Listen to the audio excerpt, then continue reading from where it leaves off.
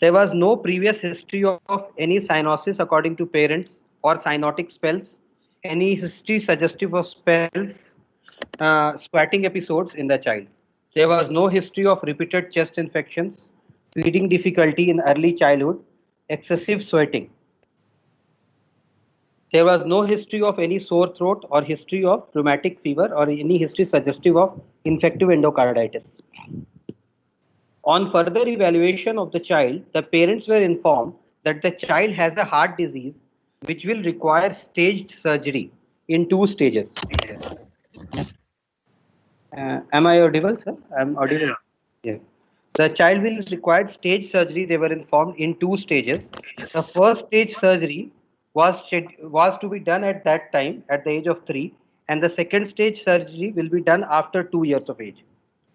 For the next 1 year, that is till the age of 4 years, the child was again lost to follow up.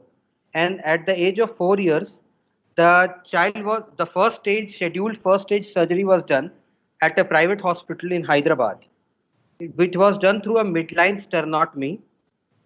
The operation was uneventful, and the child was discharged uneventfully on day fourth of surgery.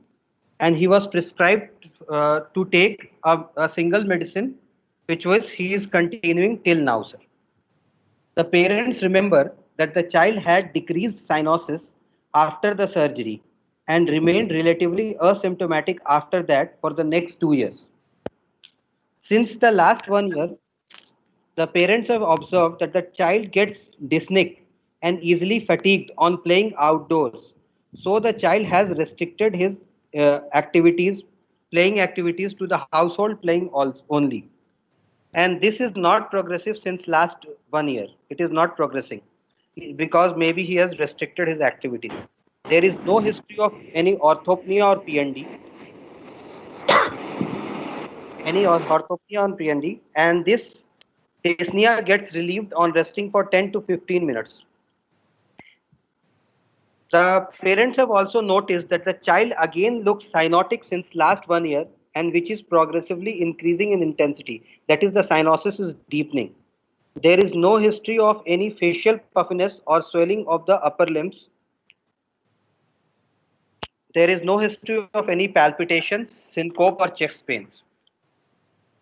6 months back, the child had a history of generalized tonic-clonic seizure, which lasted for approximately 5 minutes. It was not followed by any post-ictal confusion or any focal neurological deficit.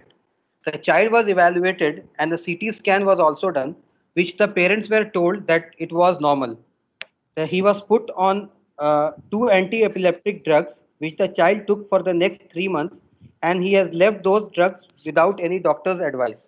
There is no further episode of any seizures or any history of syncope or giddiness. The child has presently been admitted in our hospital for the scheduled second stage surgery. There is no other past history of any significance. Any other? What about family history and other things? Yeah, I'm telling. Yeah. The child was born of a non-consanguineous marriage by normal vaginal delivery. He cried immediately after birth. He was of average weight. The parents don't remember the exact weight. The antenatal, natal, and the postnatal periods were uneventful. The father is not aware of immunization status of the child. Developmentally, the child has is of according to the parents, the child attained his developmental milestones as per the age, and presently he is a student of class 1 and he is performing with average performance in studies. He takes a mixed Indian diet which is adequate in calories and proteins. He lives in a 4-membered family.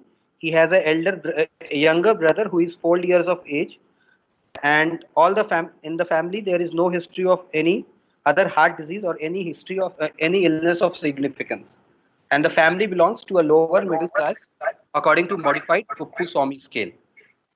So this is the history, sir. So can we summarize the history? Yes, I'll summarize it.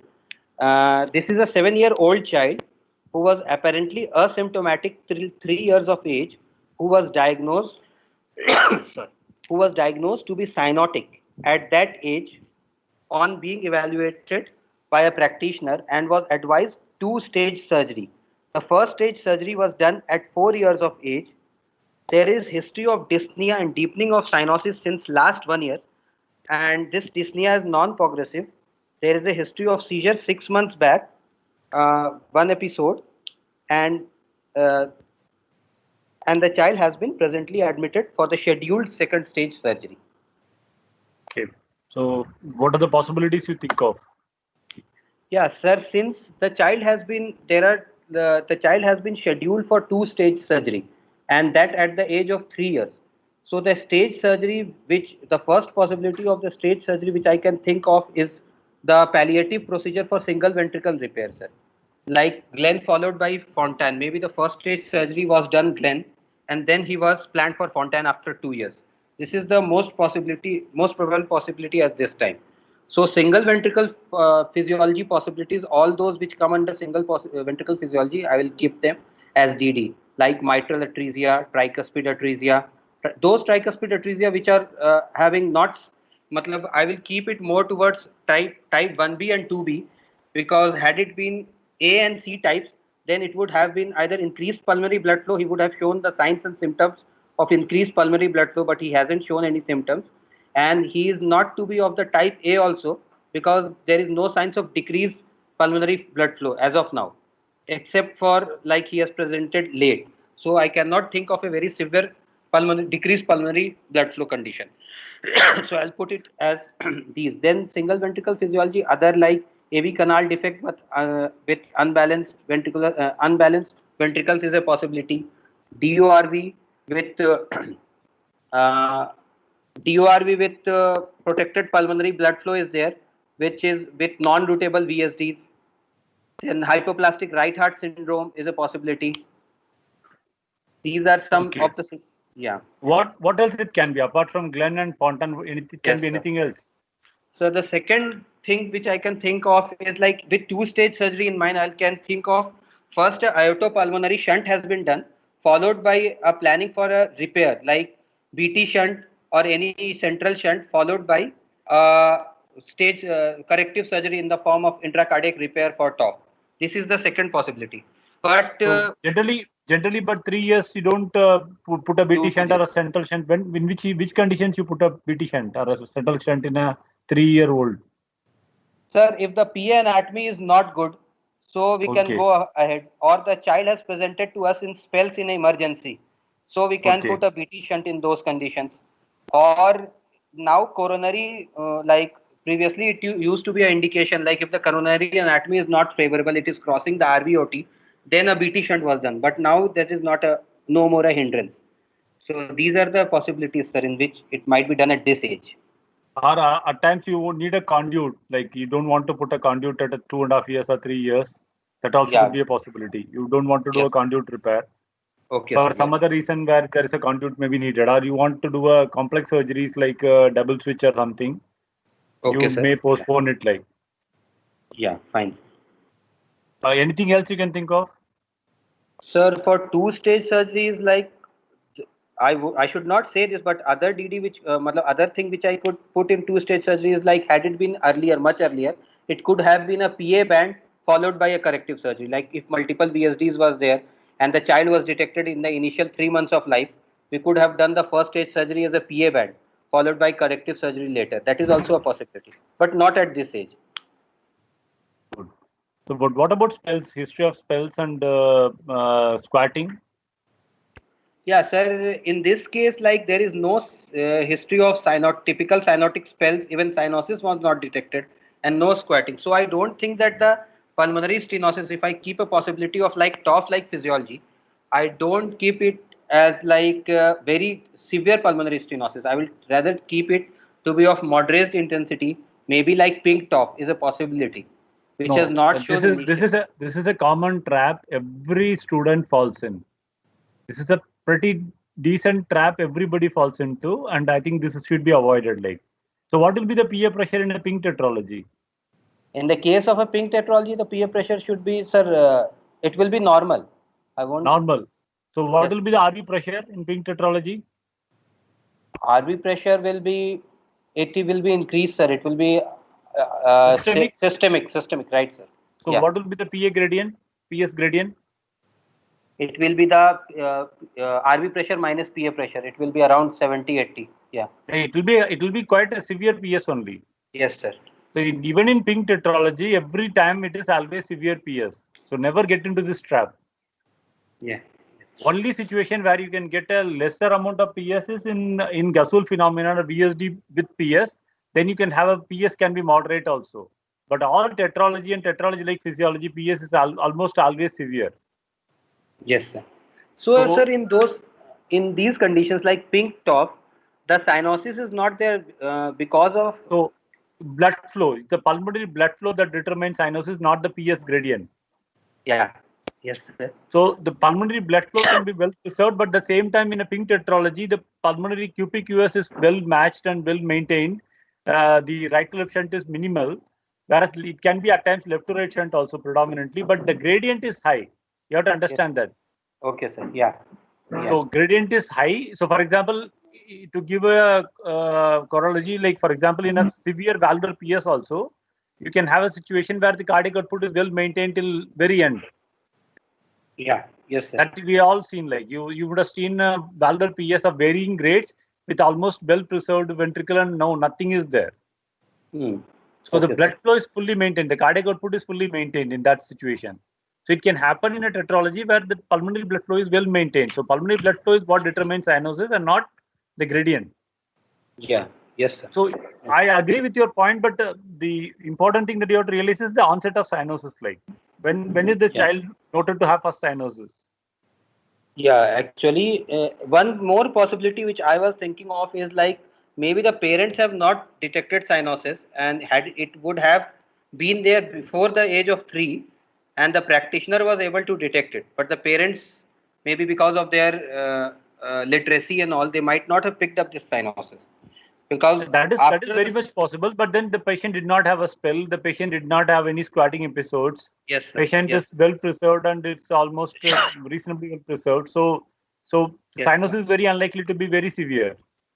Yeah, of course, sir. So the other. So what are the conditions? What are the conditions? Yeah. Like how do you categorize conditions of tetralogy physiology depending on the degree of cyanosis or the onset of cyanosis? Like.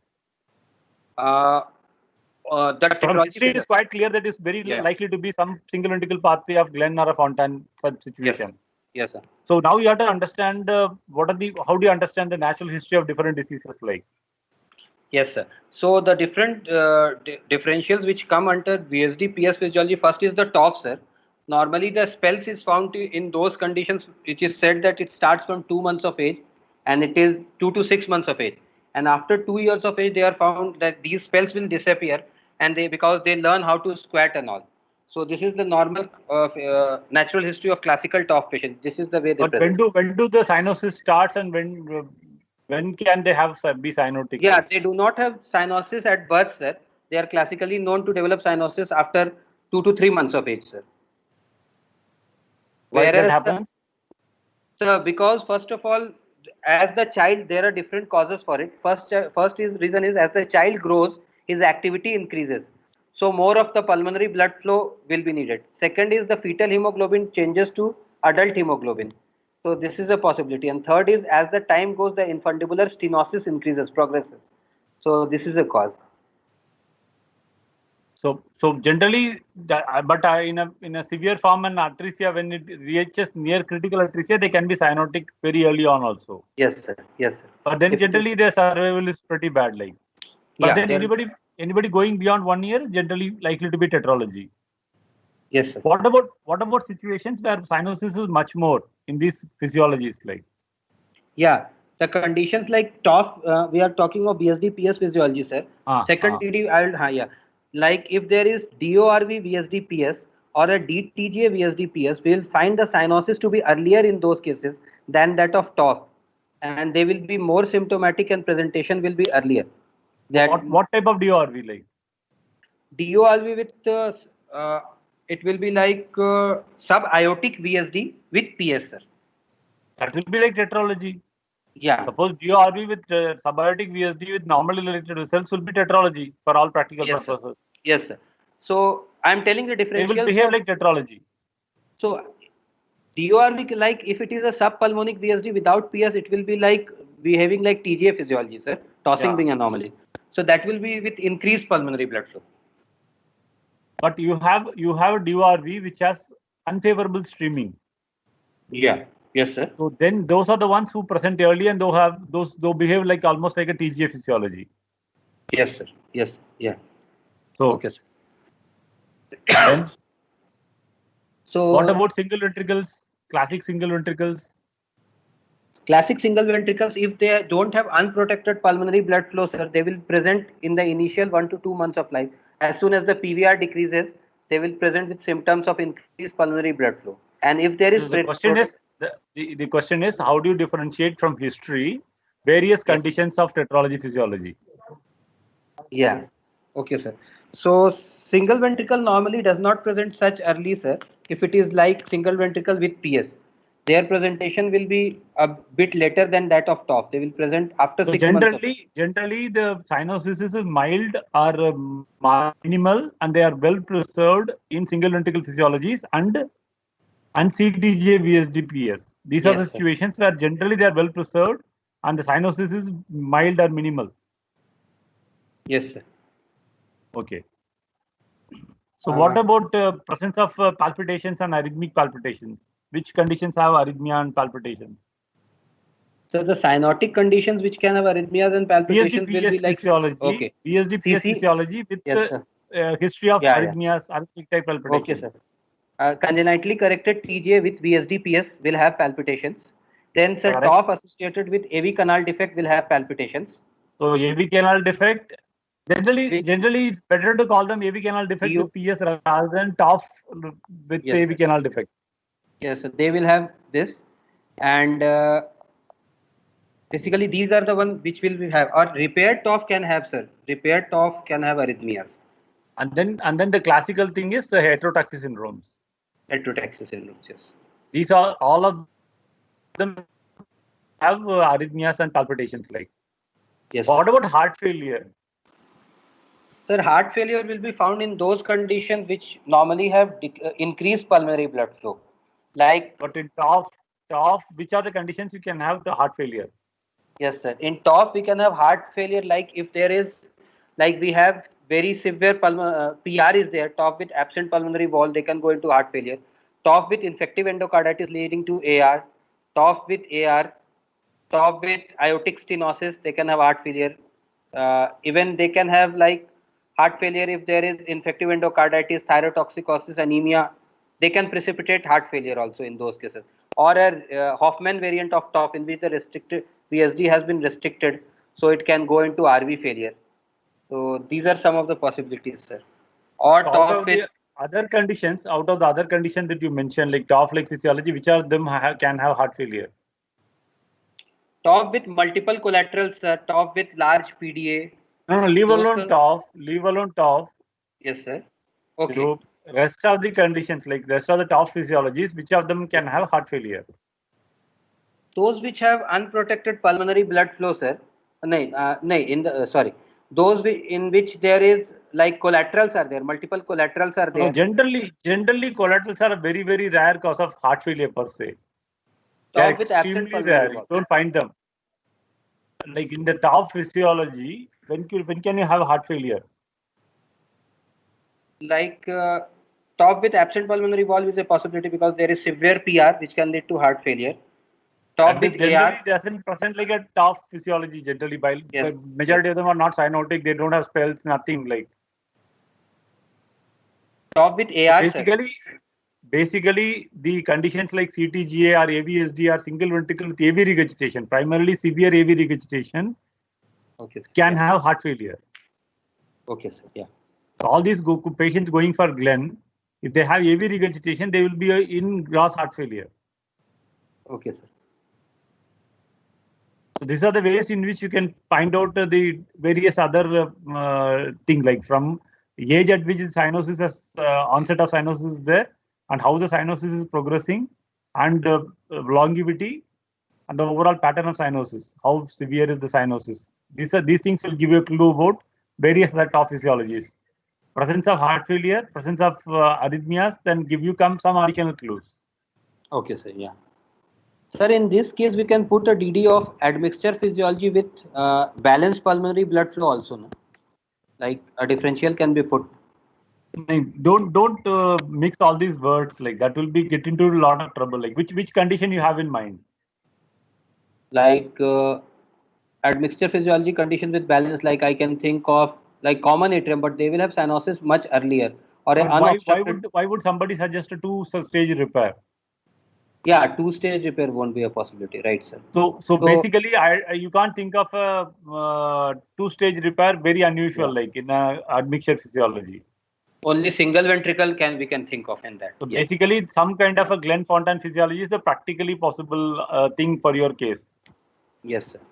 What about dyspnea? You never graded the dyspnea. Like there is a dyspnea as a predominant symptom in this patient. Yeah, it was of NYHA grade 2, sir, but it is non-progressive because he was getting dyspneic on being playing outside games only. So he has restricted his games to inside only, and he plays well inside home.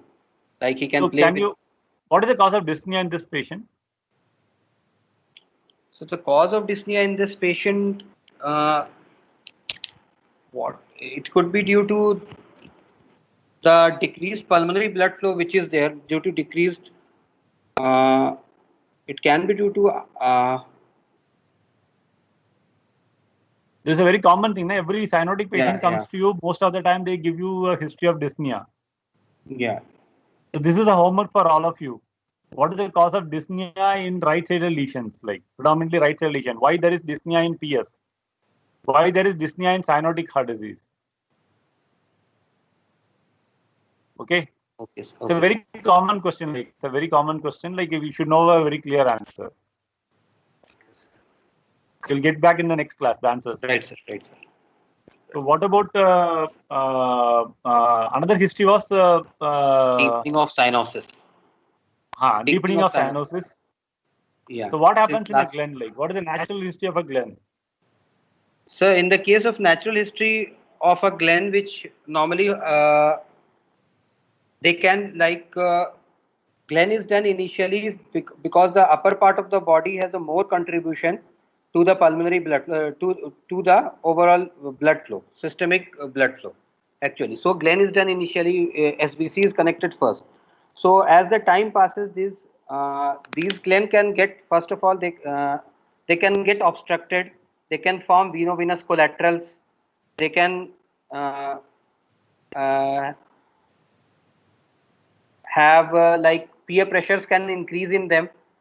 Uh, pH can occur in those cases. PA anatomy can be distorted after the surgery of Glenn.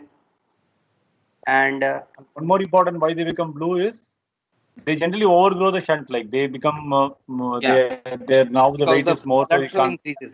Yes. And then another important thing is formation of veno-venous collaterals, decompressing veins. Anything else? Okay, AV fistula, malformations. because Pulmonary the AV hepatic factor. malformations can form. Yes, sir. Because of the hepatic factor. Yes, sir. So they generally become more blue. Yes. So what do you think is the GTCS history of GTCS? The patient had a seizures. Yes, sir. So why could that happen? It could be due to the like cyanosis is there. So cyanosis has lead to polycythemia, and polycythemia has lead to first stagnation of the blood in the CNS, and second in polycythemia there is relative iron deficiency also. So these RBCs also get deformed and they are unable to pass to the capillaries. So this is the second form of stagnation of the blood. So due to cerebral ischemia, it could be a generalized decreased blood flow situation leading to GTCS. Anything else? Stroke? Is there a possibility of a stroke in this patient? Yeah, possibility of stroke is also there because iron deficiency anemia is a known thing. Iron deficiency is there, polycythemia is there. What else can contribute to stroke? Both of these are known to contribute. What else you are asking, sir? What else? Classic right to left shunt. You have a paradoxical embolism. Paradoxical embolism, right? Paradoxical embolism. So most of these conditions will have a right to left shunt happening somewhere. Yes, sir. So that possibility always have, as a cardiologist, you should keep it in mind. Yes, sir. So look, carry on. Go to the examination then. Any other questions? One question, sir. So, Sir, you said single ventricle generally present with less cyanosis, single ventricle PS and CCTGA. Yeah. Sir, Yeah. why, single ventricle will present with less cyanosis? So generally, they have a more balanced circulation, like the balanced QP/QS. It's all about balancing the QP and QS. The one ventricle is pumping into both PA as well as aorta. Generally, it's quite balanced.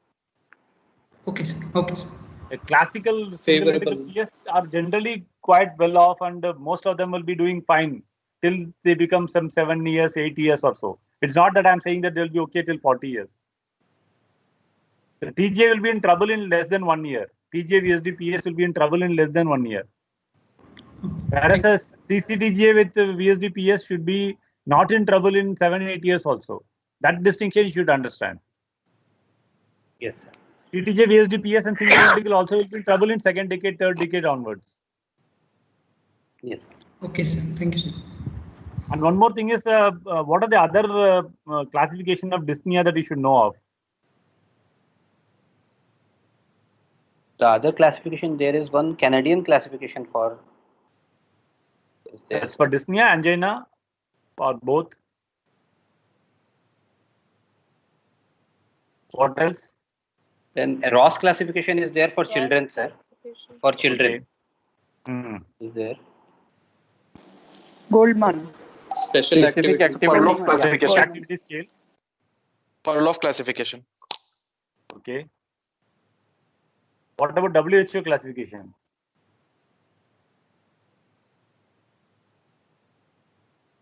What is WHO classification?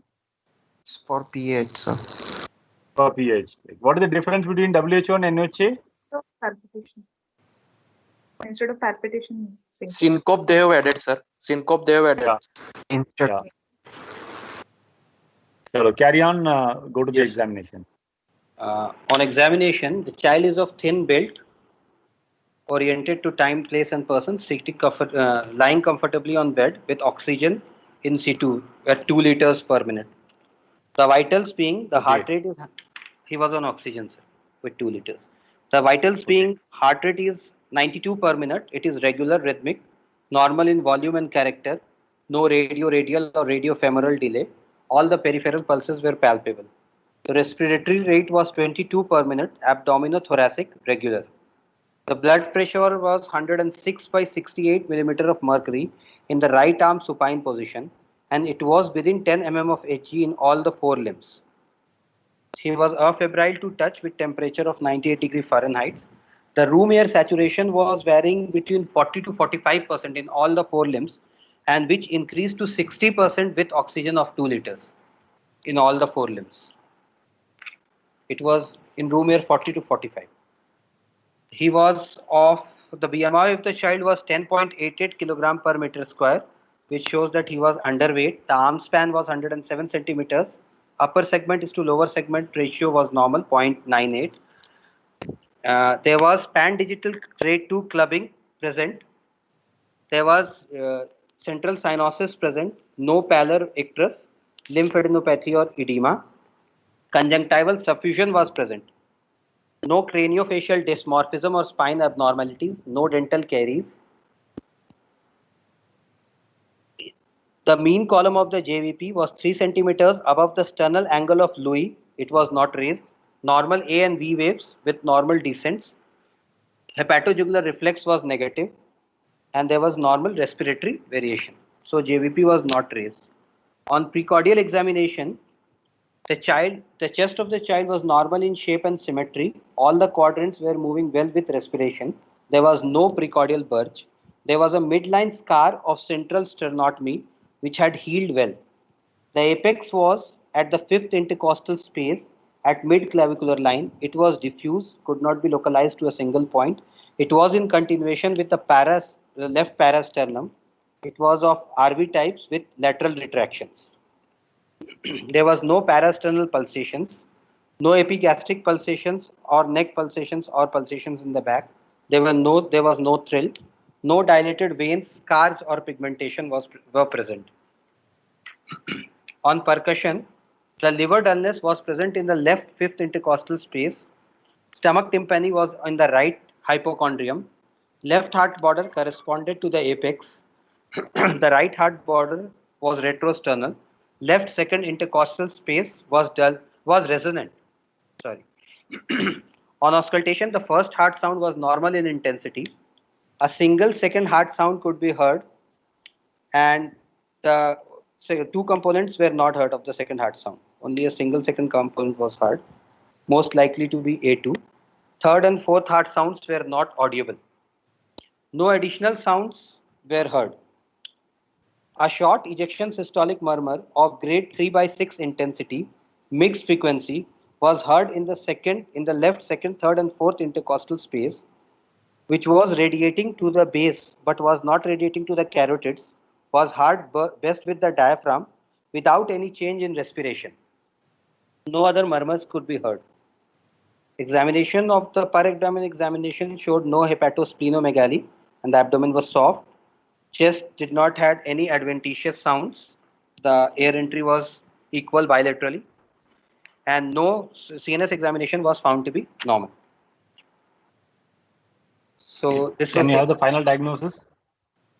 Yeah, the final diagnosis, I would put it as situs solitus, levocardia, cyanotic congenital heart disease with decreased pulmonary blood flow, RV dominance, post operative aorta to pulmonary artery shunt, most likely blocked.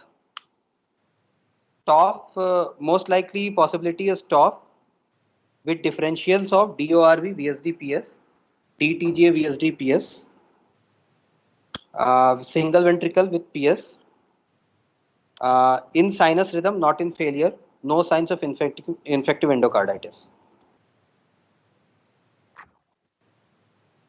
So, what is the most striking feature in this patient? Like, The most striking feature is like precordial activity. Deepened cyanosis is there. Cyanosis is very deep, sir. it's a very deep cyanosis, like 45. You don't expect a post-Glenn patient to be saturating 45%, like. Yes, sir. And there is no parasternal activity. And without a Glenn failure, don't expect a 45% saturation. The Glenn failure will be manifesting in the form of facial puffiness and all those things. Yes, sir. So as you correctly said, I think most likely this is not there. Yes, sir. And the second important feature is that the precordium is silent, fully silent. Precordium is silent in this case. So, no, but is it against your thinking or against your diagnosis? What do you expect in a tetralogy? I expect the precordium to be silent in that case also, but like if there is if I am thinking of a actively working aorta to pulmonary shunt, there can be like volume overload also. So the precordial activity can be increased, sir. Like if some collateral is there or the shunt is functioning. So this gives us a clue that the shunt might not be functioning along with the commonly this is one more misconception that all of you have is even though it is written that collateral can produce heart failure, this happens only in infancy most of the time. Generally, it doesn't happen afterwards. It doesn't become in a very cyanotic baby. Like it cannot happen in a cyanotic adolescent who is very blue. So heart failure doesn't happen in collaterals. Remember this. Like heart failure with collaterals happen in infancy. You don't see it after infancy generally, by and large, because collaterals are there from birth. So collaterals will produce heart failure in infancy, not beyond that. The same precordial activity, everything, you don't bring in collateral because patient cannot be blue if there is so much of collaterals are there. Yeah. Yes. So even though everything collateral comes first, like. So, yes, so sir. one more thing is you described the ejection systolic murmur pretty well. It was quite a long description. Can you describe it again? Sir, it was a short ejection systolic murmur of intensity 3/6 of mixed frequency, which was heard in the second, third, and fourth intercostal space, which was radiating to the base, but it was not radiating to the carotids, and was heard best with the diaphragm without any change with respiration. Okay. One important characteristic you have not told is change. Which is the most important characteristic that we are looking at? Peaking of the Peaking. Peaking of the murmur. Yeah, it is of late peaking, sir. So how can a short murmur be late peaking? You're just what is the importance of this question like? Yeah, You like have to understand the question also. yes, sir.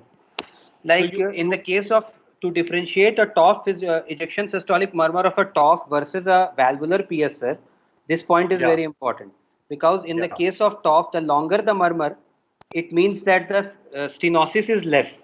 So lesser is the stenosis. Whereas in the case of No, valvular, again, you first thing I told, na, stenosis is always severe like. yes, sir. So Okay. cyanosis and murmur are inversely proportional, In the not case of severity TOF. of PS. Yeah, in the case of TOF, yes, sir. A pink tetralogy can have a long murmur which is relatively mid-peaking. Yeah, yes, sir. Whereas in the case of valvular PS, the peaking will, as the intensity of the stenosis increases, the peaking will be delayed, sir. So In the case, this patient, you don't expect you expect a short peaking, early peaking murmur, na? yes, sir. Yes, yeah. It was a Usually you have short. a very short murmur, so it will be a early peaking murmur. Yeah, it's a So short. remember this, as a cardiologist, the most important characteristics of a ejection systolic murmur is the peaking of the murmur. That gives you about a hemodynamic understanding. Like that is why that is important. Yes. Rest of the things are secondary. Like that, they are all important. I am not saying that they are not important. This is the most important one. Right. So you have to put a lot of weight on that. Okay, sir. So you said S2 is single and possibly A2. Why did you say that? So, because there are different features suggestive of like it is like A2, sir. Because we are not getting any features like if had it been P2, like we are not getting any features suggestive of stenosed A2. If the murmur would have radiated to the carotids, we would have thought it to be AS. So then in that case, A2 would have been softer. So, or it might not be heard if it is a severe stenosis. So this is one feature which is suggesting that it is not a soft But it murmur. can be a fused A2 and P2 also, no? It can be a fused A2 and P2. Yes, sir. Single. If there is, yeah, of course, different possibilities. But why did you think it is A2? This again is a commonly asked question, but unfortunately there are not good answers to this. And the best answer is that overall putting the clinical picture, I think you feel that it's likely to be A2. And it is better heard in the aortic area than the pulmonary area, and it is not heard in the apex or whatever it is, you have to tell. Generally, you don't hear it in, if it's a P2, unless it is loud, you don't hear it in the apex. Yes, sir. Okay, if you are able to hear it in the apex, it's louder in the aortic area. Yes, sir. And if you have an aortic sound that is palpable, you should say this is obviously A2. Okay. So the answer to this question is these findings only. Where it's better heard is aortic area, it's very well heard, and then it's heard in the apex, and overall other clinical picture. Like you don't suspect a condition where the A2 and P2 are likely to be fused. Yes. The patient is blue, the P2 is likely to be soft. Yeah. Severe stenotic or absent. Okay. So your differential diagnoses are like TGA, DORV, and TOF. Yes. TGA, DORV. Okay. Yes, sir. So out of which is more likely? Sir, with these findings, I'll put TOF as the first differential, sir, because history-wise also, and we have points favoring in history and examination both. In history, we have the presentation has been late. Had it been a DORV or DTJ VSD PS, it would have presented earlier. Second findings, like in examination findings, the precordial is silent, and we are getting like the length of the murmur is inversely proportional to cyanosis, whereas in the case of DORV, we expect it to be directly proportional. No, it is not like that. It is why it should be like that in DORV. Actually, in the case of DORV, because of the VSD murmur will always be there, sir. So that will be added because of the obligatory shunt condition. Do you expect a DORV VSD to be restrictive or non-restrictive? Non-restrictive. Non-restrictive. Will a non-restrictive VSD produce a murmur? Yeah, it will be very soft. It won't be producing rest. So the Because the pressure the reason why DORV can have a murmur, can have, it's not always all DORVs have that feature, but at times they can have a murmur which is very loud even in a very blue patient. That is because streaming is contributing to the unfavorable streaming is contributing to the cyanosis. All of you are clear? Like DORV VSD-PS can have, some patients of DORV VSD-PS can have a loud murmur with very blue patient, in a very blue patient. That is because unfavorable streaming is contributing to the cyanosis also here. Okay, sir. Yeah, got it. Clear? So that is the Sir, reason. That is the reason for Sir, this can you exception. please But explain? Sir, I could not like, for understand. example, a DORV VSD-PS, which is normally related to great vessels, there is nothing that can differentiate it from tetralogy clinically. That is the vast majority of DORV will be that only. That DORV VSD-PS, vast majority will be normally related great vessels with subaortic VSD. They all will be like a tetralogy only. But some of them can have an unfavorable streaming. They have a loud murmur and they have a Malpost vessel also, where actually the PS is just beneath the chest, so you'll have a louder murmur, but there is an unfavorable streaming, like a TGA-like streaming happening. So the patient will be very blue, but you will be hearing a loud murmur. So most of the DORV with Malpost vessels will have this feature, where there is unfavorable streaming, where it is not actually like a TGA, where the PA is not posterior, too much posterior. So in such situations, you will hear a very loud murmur, and then unfavorable streaming will be producing more cyanosis. Sir, if more streaming to pulmonary artery, why they are more cyanosis, sir? No, more unfavorable streaming. Unfavorable streaming means the desaturated blood is going into aorta because they are DORV. The tricuspid valve, whatever blood is coming, will be actually pumped into aorta. This is called unfavorable streaming. The murmur so is admixture physiology. Supposed to be murmur is kind of from an PA, no, sir? Hmm? So murmur is from PA, no, sir? Murmur is from PA.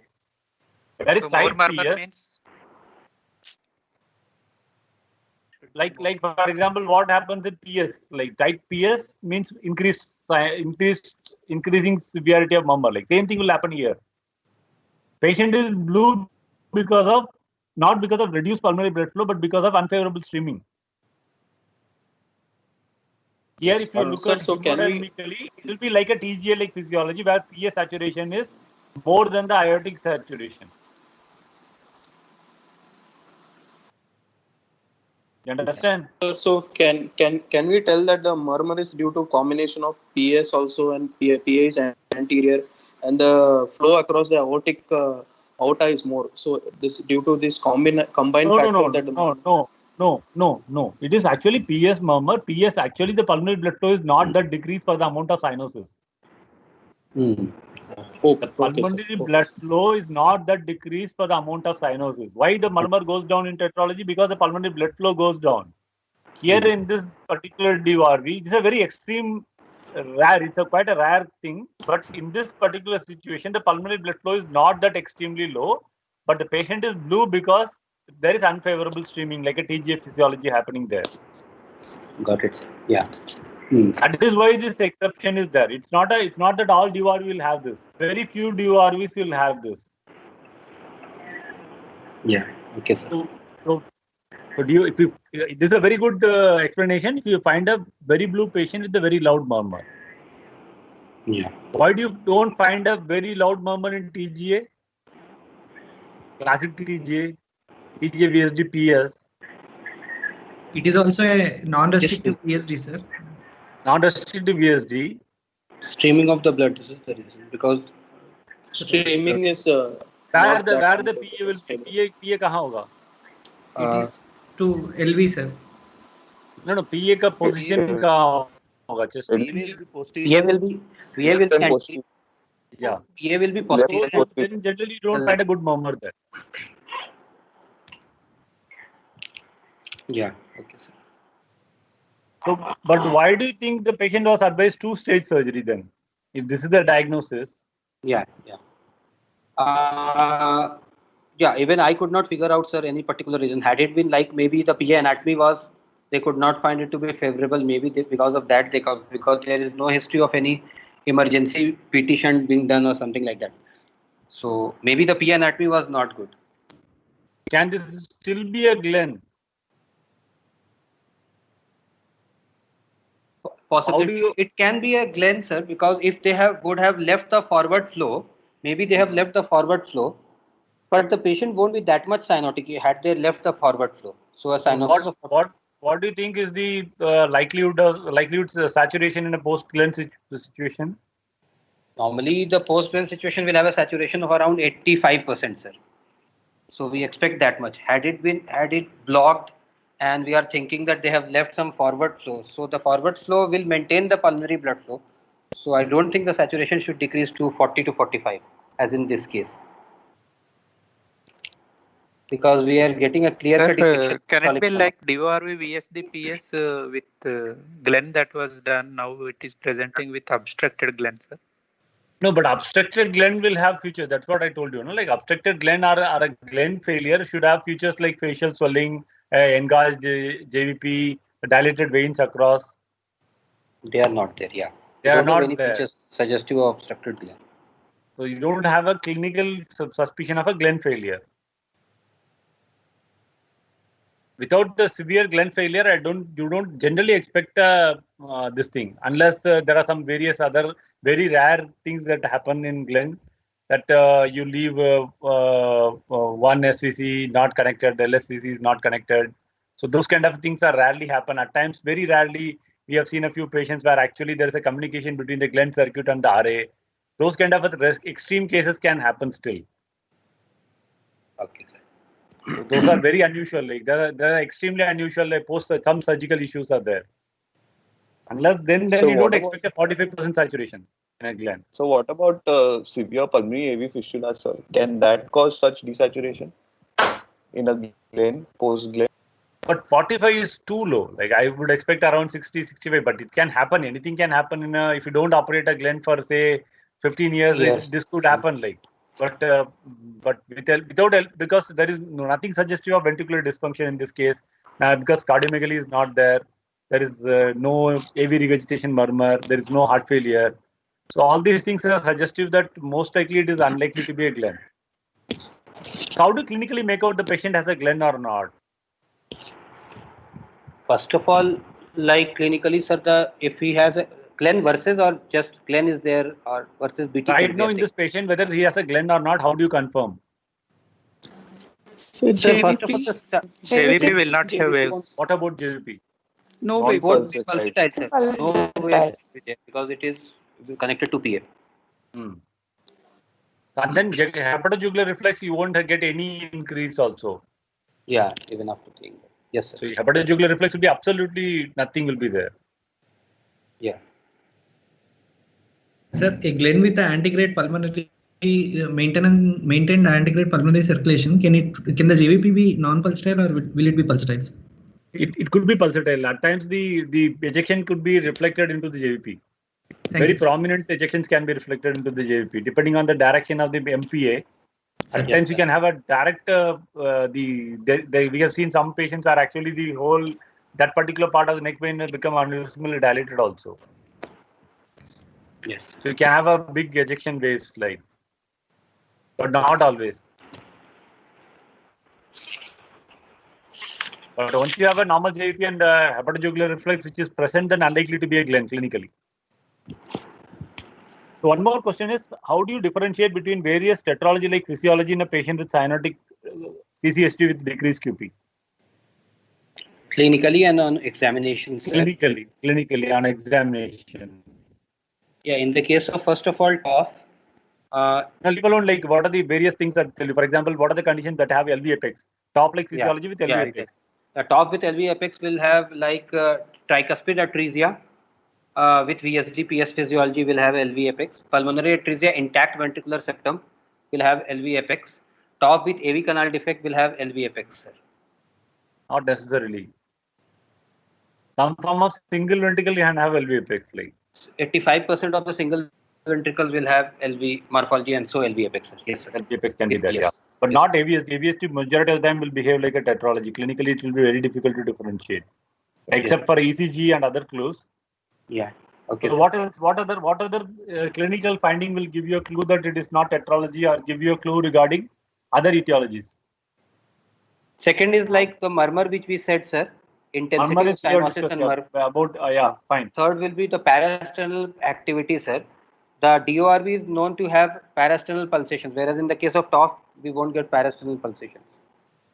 What parasternal pulsation will get in DORV? Parasternal activities will be there, sir, because Bowel regurgitation, murmurs, and ABSD. One more condition, because you said something. Then one more condition that can have LV effects is DORV with restrictive VSD with PS. Okay, sir. So that is the one which has actually the characteristic aortic stenosis like LV apex. You understand? There's a DORV. Both the vessels are arising from RV. The only outlet is the VSD for that LV. So that VSD is restrictive. So it is almost like an aortic stenosis for that patient. Yeah, yeah. So it will produce a LV good aortic. heaving LV apex. So again, DORV versus tetralogy, it's actually very difficult to differentiate if it is a normally related vessel and if it is a subaortic VSD. It's almost like a TOF. DORV with a normally related vessel with a subaortic VSD is almost like a tetralogy. You can't differentiate clinically. So Okay, what sir. else? Yeah. You said pericardial activity, that's not acceptable. Then what else? Sir, in CCTGA with left AV wall regurgitation, can there be LV apex, sir? No, generally not, but you can have, because their RV is the one predominant, na? Okay. Because actually, effectively, it will be RV only, na? Then the next differentiating point between TOF and CCTGA, it will be there like the second left intercostal space will be dull in the case of CCTGA, whereas in the case of TOF, it won't be there, sir. So what other points suggest you that the patient could be CTG? First of all, any history of arrhythmias or palpitations, if it is there, or any features of clinical findings wise. One you said is resonance. Okay, then what else? First and foremost is there are some situations which suggest the CTGA are the situs versus levocardia versus dextrocardia. Yeah, so whenever there is a discrepancy, then the chances of CTGA is far higher. CTGA is more. Yeah. Yes, sir. So you have a situs solitus with dextrocardia or situs inversus with levocardia. Both the chances of CTGA is far higher. More. Okay. Number one. Number two. Then any resonance you said. And then left AVVR can be there in CCTV. AVVR can be there. Okay. Then what else? There could be a pulsation, a prominent pulsation in the left second intercostal space where the aorta is there, where actually the L post aorta is there. You can actually palpate the aorta. Yes, sir. If you find that, that will be a very, very good sign of CTGA. A good prominent pulsation which is palpable, like you palpate the PA, dilated PA in normal situation, you will find it the same situation, same place, you will find a prominent aortic pulsation. In a tetralogic physiology, you find such a thing, then it is likely to be a CTGA. Yes, sir. Sir, how to differentiate pulmonary artery pulsations versus aortic pulsations, sir, clinically? Every other finding will suggest you, na? Every other finding will tell this is a PS, VSD, PS physiology from history to examination. Everything else will suggest that it's a VSD, PS physiology. In such a VSD, PS physiology, you find an L post aorta like pulsation, you should think of CTGA, VSD, PS. Thank you, sir. You're not thinking in terms of Eisenmenger. The PA sounds are, PA is not loud. P2 is either absent or not loud. So you're not thinking in terms of pH. Yes, sir. Yes, sir. If you're thinking in terms of pH, two sounds are heard, then you're not going to think of this as an aortic pulsation. I'm saying a patient, you have made a diagnosis of VSD, PS otherwise. How do you differentiate between the different underlying etiologies? Yes. So one very important thing is LV apex. We have discussed about that. Second important finding is the murmur characteristics that we have discussed. The third important thing is additional features like ABVR. ABVR is there. That means it could be CTG or it could be ABSD PS. So those two are possible. At times, it can be single ventricle also. That can also have ABVR. Yes, sir. So what else can be there?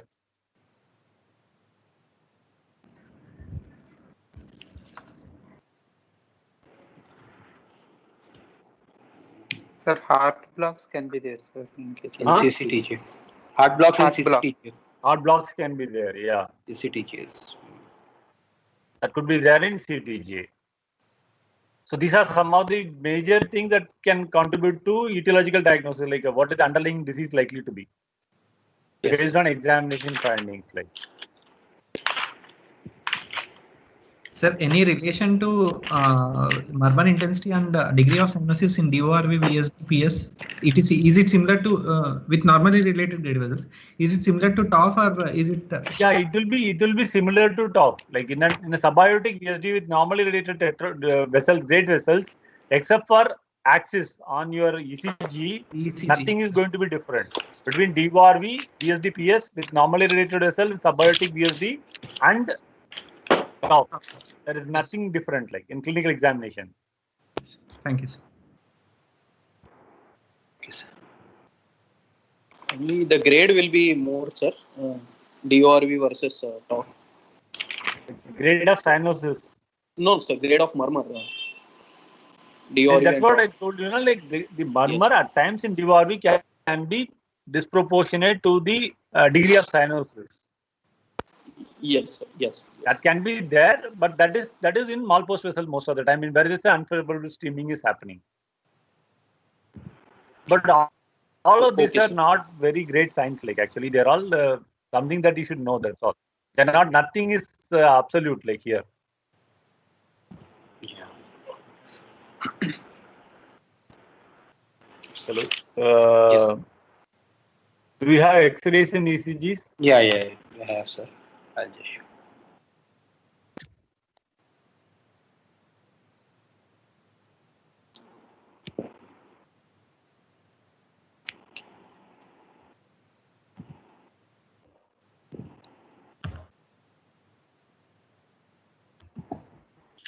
Sir, this pink top and cyanotic top, if these patients has a severe PS, sir, what determines the QP, sir? So the QP is a complex interplay between the gradient as well as the surface area that is available, like cross-sectional area that is available for blood flow. Yes, sir. It is quite complex actually. It's the QP can be like, for example, that's what I told you. A simple example is you're looking at the forward flow across a stenosis, like till very late in the PS, in simple valvular PS, the whole thing is maintained. Like forward cardiac output is totally maintained. Yes, sir. The same thing will be happening here. Yes, yes, thank you, sir. Yeah. So can you see the ECG? Yeah. So this is a 4-channel 12-lead ECG of the patient Sanjay with normal standardization of the limb and the chest leads with a speed of 25 mm per second. With normal sinus rhythm, the heart rate is approximately 100 beats per minute. The QRS axis shows right axis deviation with an axis of approximately around 120 degrees. And with there is clockwise looping, sir. 2, 3 and AVF is showing Q waves. P wave axis is normal. There is features suggestive of right atrial enlargement is there. The height of the P waves is 3 small squares and the PR interval is 120 milliseconds.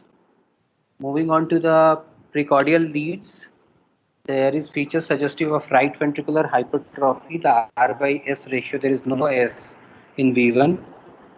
R/S ratio is more than 1, and there is a sudden appearance of S waves in lead 2, suggestive of sudden transition, which goes in the favor of nephrology fellow. So the salient features in this ECG are right axis deviation with right atrial enlargement with clockwise looping, and right ventricular hypertrophy and sudden transition. Features going in the favor of TOF, sir, with a normal PR interval. So what is the QRS axis like? The QRS axis is it is around 120 degrees, sir. It is right axis deviation around 120. So what is likely like? If the QRS axis is between like around 120, it goes more in the favor of TOF. If it is more towards right, it will go in towards DORV, and if it is extreme right, it goes more towards DTGA VSDPS, sir. So it's more likely to go in the favor of TOF. Okay. Chalo, go to the X-ray. Yes. Sir, the prominent negative P waves in V1, what it suggests, sir, here? Biatrial enlargement is there, so both right and left atrial Left atrial enlargement. Maybe because of shunt, sir. Not very sure. Like, do you have the? Can you have the? Where is the?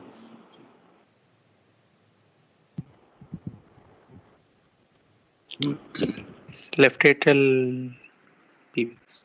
V1 negative P terminal pulses. Terminal pulses. Is it because of the shunt with increased flow that was causing? But generally, then that means ki LV forces should also be higher, like. Few waves in V5 is sure. Only LA enlargement is only unlikely, and the patient is very blue in front of us, so very unlikely that this. One more reason for that could be severe RVs can produce that at times. Okay. Because there is no evidence of ventricular enlargement also. Ventricular enlargement, so very unlikely that this is LA enlargement. So likely the to shunt be must RV have part of it. much earlier. This also suggests that the shunt must have blocked much earlier because we don't have any features of ventricular enlargement, left ventricular. Sir, or can it be because of diastolic dysfunction? Really don't know. You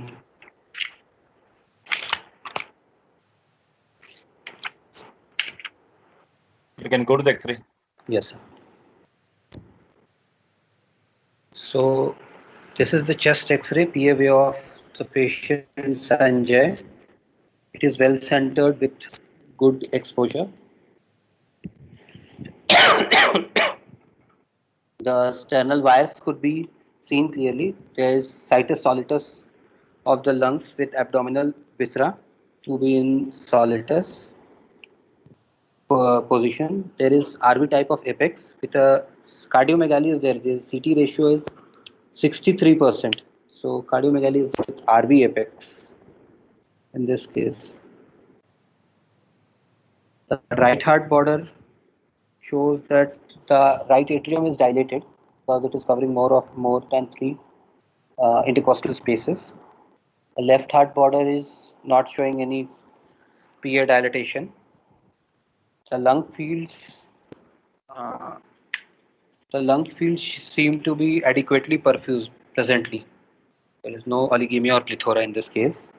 No, but why? This is glassly oligemic lungs. So you already have a patient which is 45% saturation. Why are you thinking twice to say this is oligemic lungs? Like, but it doesn't. It was not looking to me like. Yeah. Otherwise, the X-ray that shows hardly any end-on vessels are seen on either side. Yeah.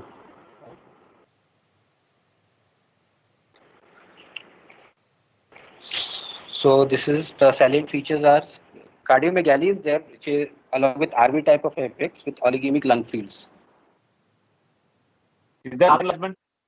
There is RA enlargement, sir. 3 intercostal spaces are filled. 1, 2, and 3. So RA enlargement is there, sir.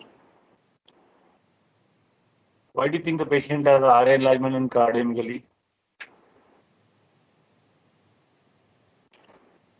Cardiomegaly can be like if the shunt has been blocked, sir, in the recent past, we can expect that cardiomegaly has not regressed because that If the shunt But then was, the patient should have crashed if there's such a overflowing shunt. yes, The sir. patient should have crashed, and they would. Yeah, there could be a definite history of sudden warning, and all those things should be there. Yeah. You want to ascribe academically to the shunt,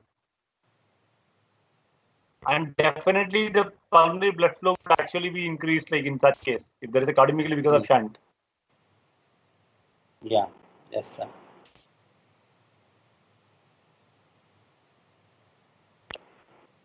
Most common likelihood is. So RV failure, there is no signs of RV failure in this case. No, but most common cause in India is for such Anemia. Relative Anemia. anemia. Yes, sir. So what should be the hemoglobin in a patient who's saturating 45%? It should be at least like it should be good, sir. In that case, hemoglobin, because Very high, sir. But the iron deficiency will What be should there. be what should be the required, like what would be the ideal hemoglobin for a person saturating 50%, like? It should be like around, sir, 16, 18, something high. No, it should be roughly around 22. Okay. There's a formula to calculate that. You can check it up, like. Okay. So 50 is too hard. I don't think anybody can have a value for 50% saturation, but then it actually exponentially increases with decrease in saturation. So relative anemia will be very common feature, like. Yes, sir. Actually, I would say agree with whatever you're finding, like RA enlargement is there, RV effects academically is there, decreased QP is there. That much is definitely there. Yeah. So, can you have the echo? Have anybody recorded the echo, or you know the findings of echo? I know the findings, sir. I don't have the recorded images. It was actually it was like full diagnosis of situs solitus levocardia, normal systemic and pulmonary venous drainage, AVVA concordance, normally related great arteries, intact interatrial septum. There was a large mile-aligned VSD with bidirectional flow, no PDA. And there was severe infundibular and valvular stenosis with a gradient of 90 mm of Hg. And we could not image, actually the first stage surgery was done somewhere outside, sir. We could not image any of the shunt. We could not see any of the shunt. Looking at their records, it was a BT shunt which we did, which was done outside. So it was fully obstructed. We could not see anything on the echo. That's why he was saturating this much. He was deeply sinused. It was we don't know the history. Why was he given a stage surgery also? Yeah, at that age. Yeah, we are not sure. Because the PA and ATP was good, sir. Even the Z scores were, what I remember was plus 1.5 and plus 2. It was not bad at all. Sir, and midline sternotomy is done, sir. So that is generally done in older patients, like 3 years. Most of the surgeons will go for a lateral surgery only, lateral thoracotomy surgeries only. But then, as a older age group, BT shunt becomes a problematic thing because of large number of collateral that develop, and then it's actually never a bloodless field. So they find it difficult to do a BT shunt through lateral thoracotomy in mainly adolescent patients. Where there are some indications like PSI is not good, or there's an emergency, they want to go for a BT shunt. They go for, like, for another reason could be they want to go with a plan of a TOF repair, but then on table they find the PS or not to be good size. They end up doing a BT shunt and come out. That could be one possibility. Sir, won't obstructed shunts reveal any murmur? No, there is no flow. Why there should be a murmur? Fully obstructed murmur. No flow. So murmur is flow. Yes. Yes. So we did a Sir, if normally functioning BT shunt, will it produce murmur, sir? Yeah, it will produce a continuous murmur. It always produces. Almost always has a continuous murmur. Even at times it can be faint, but there will be a continuous murmur. Clinically, you can't say a BT shunt without a murmur. If there is a flow, there will be a murmur. Somewhere it's audible. Especially in children, it will be almost always there. But in case of Glenn, if after obstruction, murmur will be there, sir? No, Glenn, you won't get a murmur. Like Glenn, if there is an obstruction, the patient life goes on. That means there has to be some collateral that forms. Mostly, you'll have a body. In the body, you'll have venous obstruction. The channels will open up from above to below, and then the face will be swollen. You'll have a JVP which is elevated, and all those things. Engorged veins will be there. All those features will be there.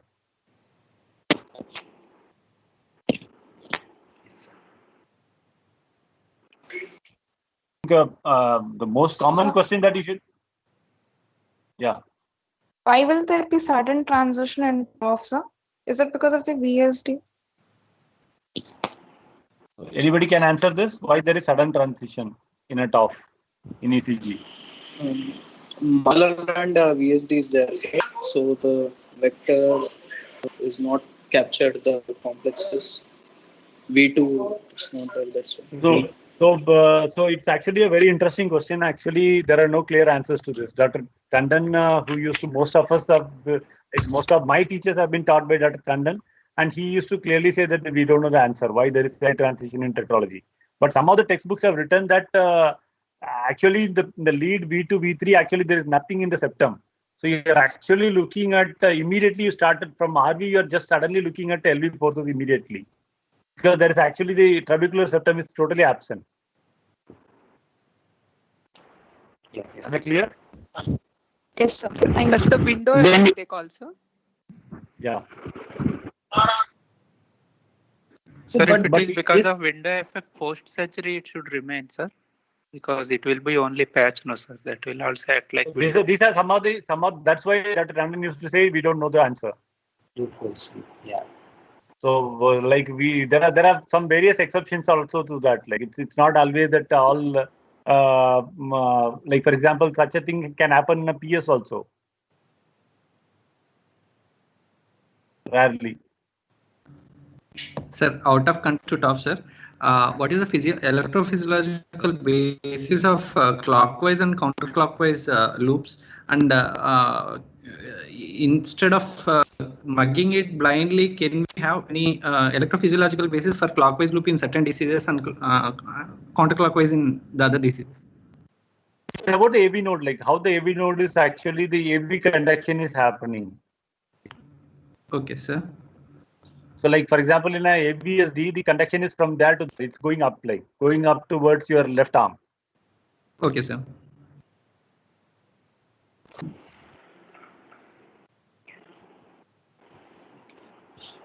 Sir, what is Initial the difference activation between, in that fashion, like? Sir, what is the difference between classic TOF and pink TOF, sir? Pathophysiology and clinical features mainly. Clinical feature will be this patient will be pink and the other patient will be blue. But the most important determinant is the pulmonary blood flow. Pulmonary blood flow will be maintained in a pink tetralogy. If you calculate the QPQS can be actually, QP will be slightly more than QS. So it could be actually left to right shunt of say 1.2:1 shunt, it can be happening. If you look at a pink tetralogy versus adult, like a classic blue cyanotic spell tetralogy, the PA pressure will be slightly marginally higher. That means suppose में 20 होगा, तो उसमें 22 हो सकता है, 24 हो सकता है, 26 हो सकता है. But still it will be very low compared to RV pressure. So this is a very common trap. Most of you will immediately say that sir PS is less severe. So in all tetralogy, PS is severe. So what determines pink tetralogy is a good antegrade flow murmur will be there. Murmur will be well preserved, and then you can have rest of the findings will be the same. RV apex will be there. There won't be cardiomegaly. Everything will be there. You will have a good murmur. That's all. A mid peaking or a early peaking, a long murmur will be there.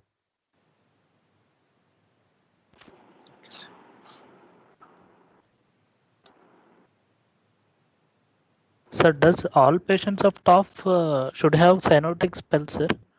No, not necessarily at all. Absolutely no. Only a very few proportion will have it. Like tetralogies don't have it. TOF with absent pulmonary valve will almost never have it, and a lot of tetralogies don't have it. Like Sir, in presence of normally functioning gland, should we comment on JVP in routine examination? You should always. You don't know whether the patient is having a gland or not. Should always comment like.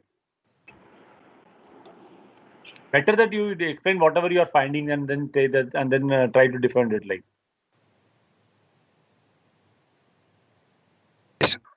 Tell if it is not possible. Everything is possible in a gland, except for a hepatojugular reflex, which is positive. Then everything else is possible. What are the differentiating features which differentiate us from TOF with clinical points, sir? TOF with pulmonary atresia, sir, and TOF with critical PS. So this again is quite difficult to differentiate. But suppose you find an anti-growth flow murmur that is found, then it's likely to be there is an anti-grade flow murmur that is a flow across the pulmonary outflow. Then it's likely to be a tetralogy. If you don't find, then you are finding good amount of collateral murmurs in the back, then you think of pulmonary atresia. But at times even echo also you cannot differentiate, like whether the tiny little antigrade flow is there or not, and whether it is pulmonary atresia, you can't make out in echo also. So I think it's fine. Like.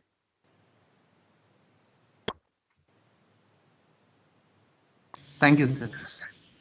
Sir, so one question, sir, regarding tricuspid atresia VSDPS, sir, will the presentation be similar to a TGA and single ventricle, or will it be much early?